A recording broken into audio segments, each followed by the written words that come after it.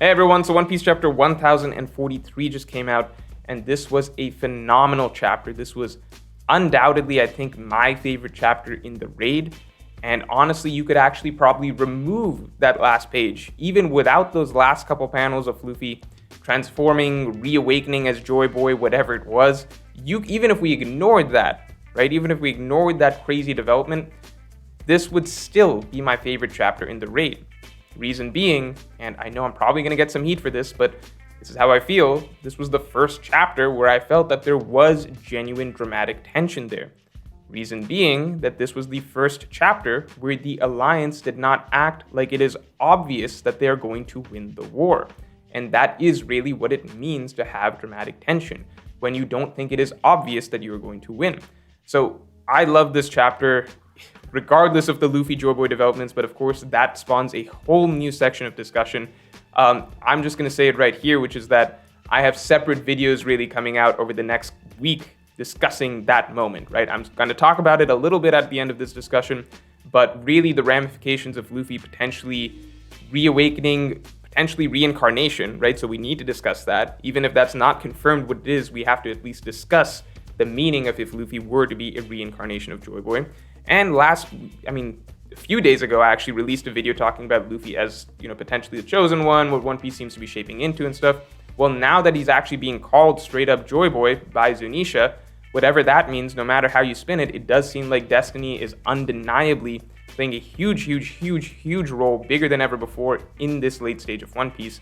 That discussion needs to be reopened, and I basically need to re-dive into that same discussion with the information from this chapter, because at this point, I see a lot of talk going on, some people saying Destiny and this heavy emphasis on Destiny could ruin One Piece, some people saying that no, Destiny has always been a key theme of One Piece.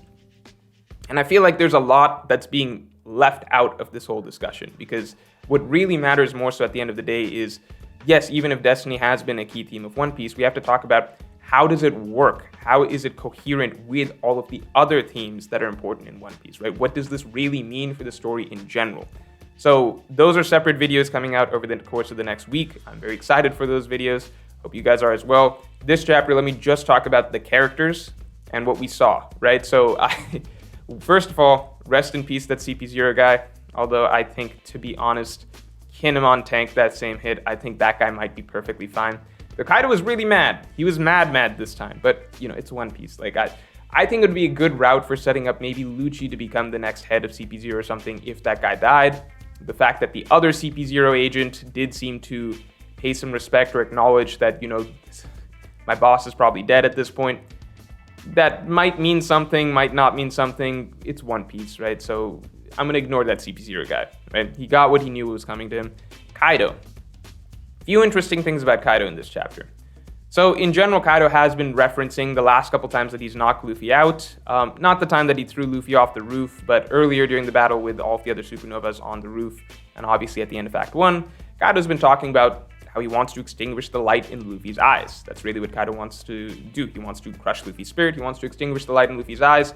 Both those times he had Luffy down, seemingly knocked out, but Luffy was still somehow glaring up at him, and you could see the whites in Luffy's eyes in those panels, still fiercely glaring up at Kaido. This is the first time that we have Luffy on the ground with his eyes they're just black, right? They're just black, shaded. He's not glaring up at Kaido this time. But Kaido has nothing to say about it. He's not relishing in this victory. It's funny. It's so funny. He got what he wanted finally, but it's not the way that he wanted it, right? He knows that this is a cheap, hollow victory, so he's not relishing in it. He's not happy that he extinguished the light in Luffy's eyes. It essentially doesn't even count for him how he did it. He's nothing to say on that. Secondly, the last time that Kaido defeated Luffy, which was knocking Luffy off the roof, Kaido said, I should have taken your head and shown it to everybody, otherwise they're going to keep believing that you're going to win, you're going to come back. What do we see? When Kaido comes down, yes, everyone's freaking out, they're like, shoot, Luffy lost and everything, but you have characters like Nami who are saying, no, there's no way Luffy lost, right? And Kaido's even commenting, some of you still have spirits left, you still believe, right? It's exactly what Kaido said would happen if he didn't show them Luffy's head. But why didn't Kaido show them Luffy's head? I mean, he didn't throw Luffy off of Onigashima this time. Luffy's lying there. His head's right there to be ripped off or something and shown to everybody downstairs. Or you could just take Luffy's body, show everybody downstairs. Kaido didn't do that. it's interesting. Kaido did not do what he implied he would definitely have done, what he definitely should have done last time. It's like the Avengers should have gone for the head, and then imagine the next time you just still don't go for the head. Why is that? I like to think, and hopefully we get some clarification on it, because it would be really interesting if this is the case, that for Kaido, he doesn't want it that way, right? He doesn't feel like he's earned, I guess, the right to show off the defeated body of Straw Hat Luffy. That may be me reading too much into it, but I think that's just really interesting. You have an identical situation to what Kaido had last time, and Kaido could correct the mistake that he made last time. Show everybody a dead body, show them a body. That's what's going to help shatter their spirits. But Kaido doesn't do it this time. Why? Because from the reactions Kaido had last chapter, it seems that this is not the way that he wanted it. So Kaido's ignoring Luffy. He's left Luffy behind. He's not touching him. He just goes downstairs and once again announces to everybody that, hey, Luffy is defeated. What are we going to do about it? So from then on, again, another piece that I like about Kaido this chapter, he's bringing up, some of you don't have your spirits broken yet, right? Kaido, throughout the arc and really throughout the entire Beast Pirates, the entire history of what we've been seeing with the Beast Pirates, their goal in general is to break people's spirits. There's been a lot of talk about that from their end, right? They broke the spirits of the people of Wano. Kaido in general, his goal is to break the spirits of strong warriors, turn them into his soldiers, etc. Finally, that talk is coming up again from Kaido's end. We understand that his goal right now is essentially to break their spirits. That's essentially what he expresses once he comes downstairs. So I like that that's coming back into play during the climax of this Onigashima battle. I think that at the very least, very, very least, we're going to get a lot more insight into how Kaido feels about the whole Luffy defeat and everything like that once Luffy comes back, and why Kaido did not care about, the light going out from Luffy's eyes, why Kaido didn't bring his dead body down, things like that. Maybe not explicitly explaining those things, but we'll finally understand how Kaido feels about, the way things went down. So a lot of great stuff from Kaido this chapter. Even just the fact that he's demanding, Momonosuke has to come here and surrender. I need a leader to come here and surrender. Thought Kaido was really, really great this chapter. Felt like a real threat. Felt like shooting Boros breaths around everywhere. There really does not seem a way to stop him until Luffy comes back. So again, dramatic tension this chapter. Loved it. Everybody's reactions. A kid, Law, they're shook. Marco seems shook. Nami, let's talk about the Straw Hats real quick. Nami liked her reaction quite a bit this chapter because while she is shaken, she is reiterating that same level of belief that she had, 80 chapters ago now when she had her confrontation with Ulti. So I like this little trend that Oda had. Why did Oda have Chopper and Nami as the only two Straw Hats here to react to Kaido, announcing Luffy's defeat? I think that there might be a bit of a reason for that, being that if you trace back these two characters' histories throughout earlier in the arc, well, with Nami, you have the setup of a little earlier, her having this moment where she has to resolutely express her faith, her belief in Luffy, right, under the penalty of death, that scene with Ulti, right? So she had that important scene.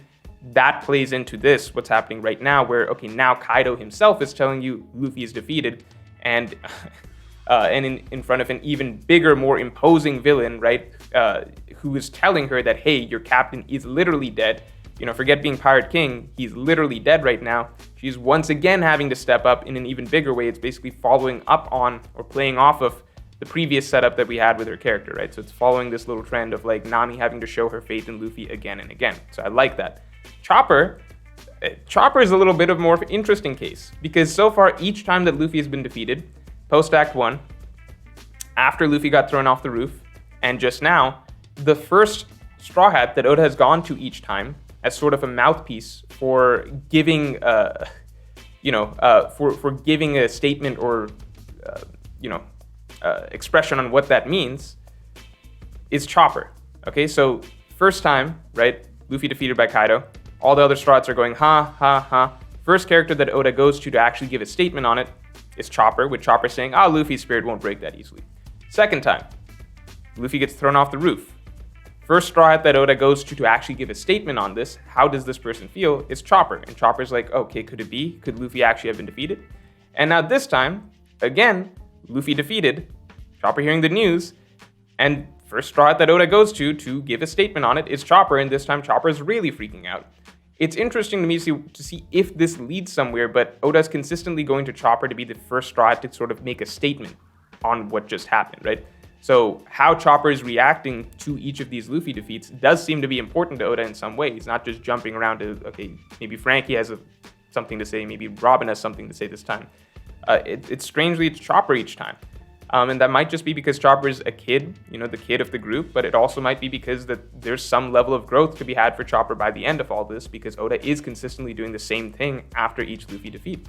So it's interesting to me that Nami and Chopper were the two Straw Hats there to actually witness, Kaido coming down and saying that Luffy's defeated. But it does also seem intentional on Oda's part, based on past scenes for both of these characters so far in the arc. So, that aside, Yamato and Momonosuke. I really like Yamato's speech this chapter. I think people know I'm not a huge fan of Yamato in general, but that is for reasons separate from what we saw this chapter.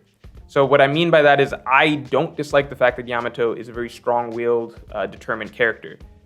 For me, more of it comes to her character arc, and I think general depth that I still feel is missing from the character, and how the character is being written to develop over time, right? But that doesn't change the fact that, this speech, it's a strong, powerful speech, right? It puts a lot of what has happened to the nation of Wano in general. It frames it very, very nicely. And I like the dynamic that she's developing with Momonosuke, with Yamato sort of being the voice that Momonosuke needs to hear.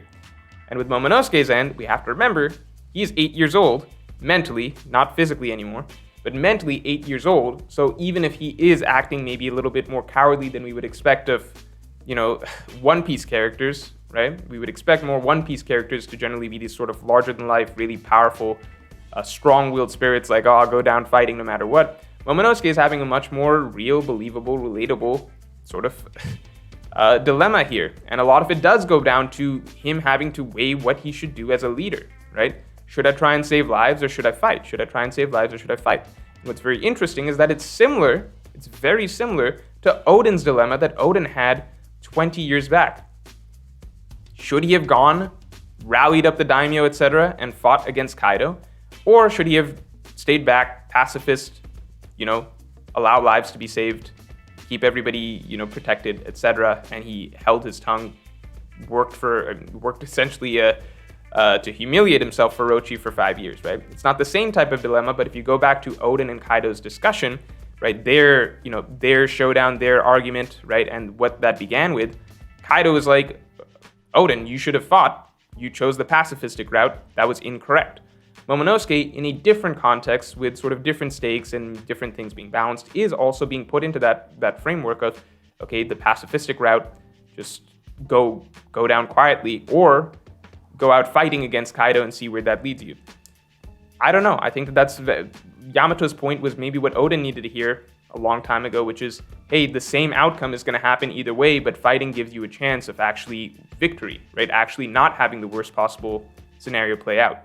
So I'm interested to see how this plays in to the next chapter, right? Whether Oden's dilemma is referenced here with what Momonosuke is having to deal with, etc., the burden of leader.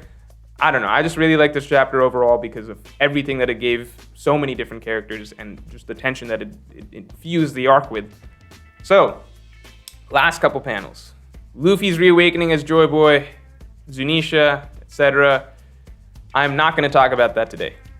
Stay tuned for next week's videos. But I hope you enjoyed this video, and if you did, then like, comment, and subscribe.